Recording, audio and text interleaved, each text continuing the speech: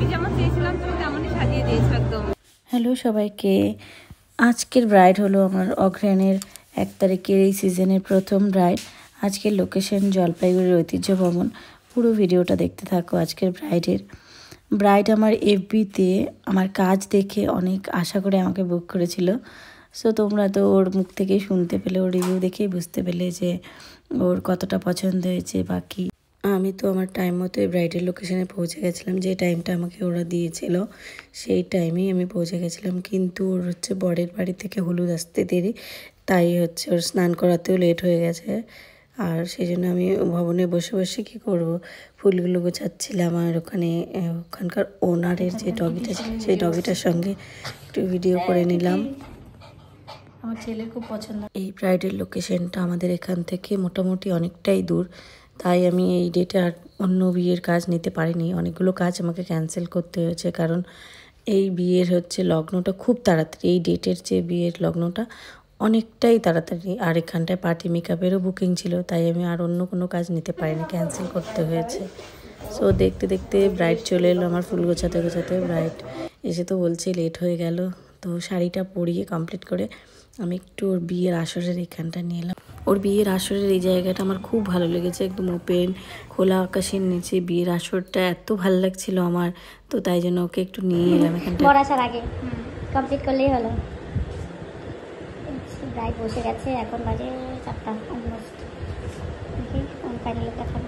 ব্রাইডের lens পরার ভীষণ ইচ্ছে, কিন্তু ওর চোখে একটু প্রবলেম আছে, তাই জন্য ভয় পাচ্ছিল। তো আমি বললাম যে পরে দেখো, যদি অসুবিধা হয় তাহলে পরে খুলে রাখবো। তো পরার পর অসুবিধা তো হচ্ছিল না, হালকা হালকা ডান চোখটা দিয়ে ওর যেরকম জল পড়ে নর্মালি সেরকমই ওর জল পড়তেছিল, কিন্তু না পরে আবার ঠিক হয়ে গেছে কিছুটা। আজকের ব্রাইডের নাম ছিল সোমা, আর ভীষণ মিষ্টি ওর বিহেভিয়ার। আমার তো খুব ভালো লেগেছে। ওর বাড়ির সকলেরই ব্যবহার ভীষণ ভালো। আমাকে তো ব্রাইড কমপ্লিট করার পর না খেয়ে আসতেই দেবে না, কিন্তু আমি তো বিয়েবাড়িতে খুব কম খাই। মানে বিয়েবাড়িতে খেতে আমি একটা বিশেষ পছন্দ করি না, তাই জন্য না খেয়েই আসতে হয়েছে। কিন্তু আমি সবসময় সব ব্রাইডকে জিজ্ঞেস করেই করি যে কে কেমন আই মেকআপ চাই, কেমন লিপস্টিকের কালার চাই। তো ওকে জিজ্ঞেস করেই করছিলাম।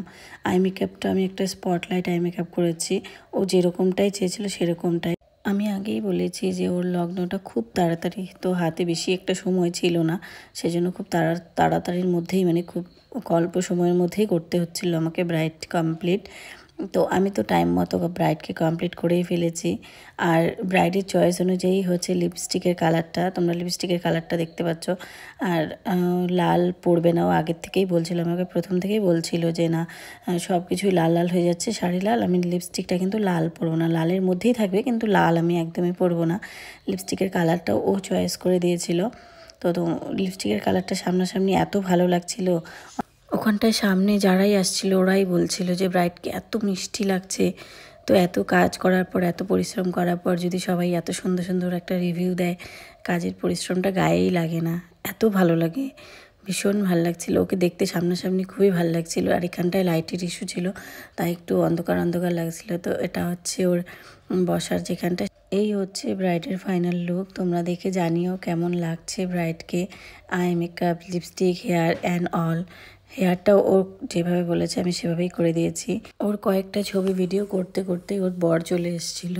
আমি আগেই বলেছি বিয়ের লগ্নটা খুব তাড়াতাড়ি, বিয়ে শুরুও হয়ে গেছে আমি আসার আগে। কেমন লাগলো?